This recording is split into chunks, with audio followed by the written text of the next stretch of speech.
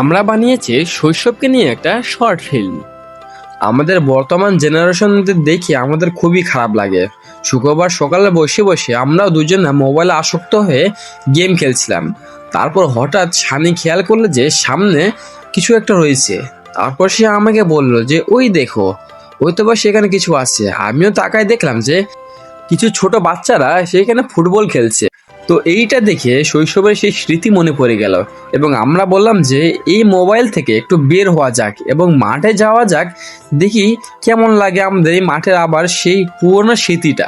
এই মোবাইলটা যেন আমাদের এই পুরনো শৈশবের স্মৃতিটা যেন কেড়েই নিয়েছে। তাই মোবাইলটা রেখে একটু আমরা খেলতেই নেমে পড়লাম।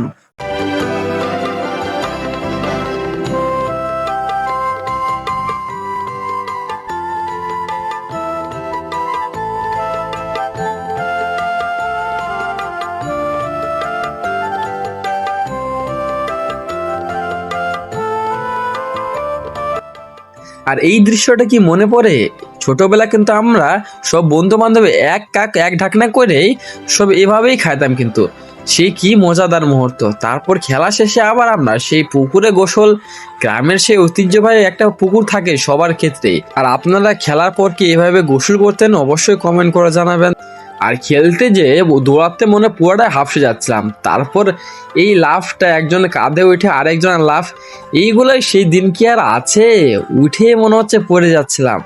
তারপর আমরা প্রায় 10-12 জন মিলে একটা সেই সার্কেল তৈরি করে উপর তুলছিলাম। কি সেই সুন্দর মুহূর্ত! এইগুলি দিন কি আর আছে? কি সেই সুন্দর মুহূর্ত আমাদের মনে পড়ে। আপনাদের শৈশব কি এইরকম কেটেছে? আমরা কি শৈশব পাইছিলাম! বর্তমানে যে মোবাইল এভাবে গ্রাস করছে, মনে হয় না এগুলো আর কেউ সেভাবে পাবে। তবে সুন্দর হয়ে যাক আমাদের এই দিনগুলি। আর শৈশবের ভিডিও কেমন লাগে অবশ্যই কমেন্ট করে জানাবেন। ভালো লাগলে অবশ্যই শেয়ার দিবেন।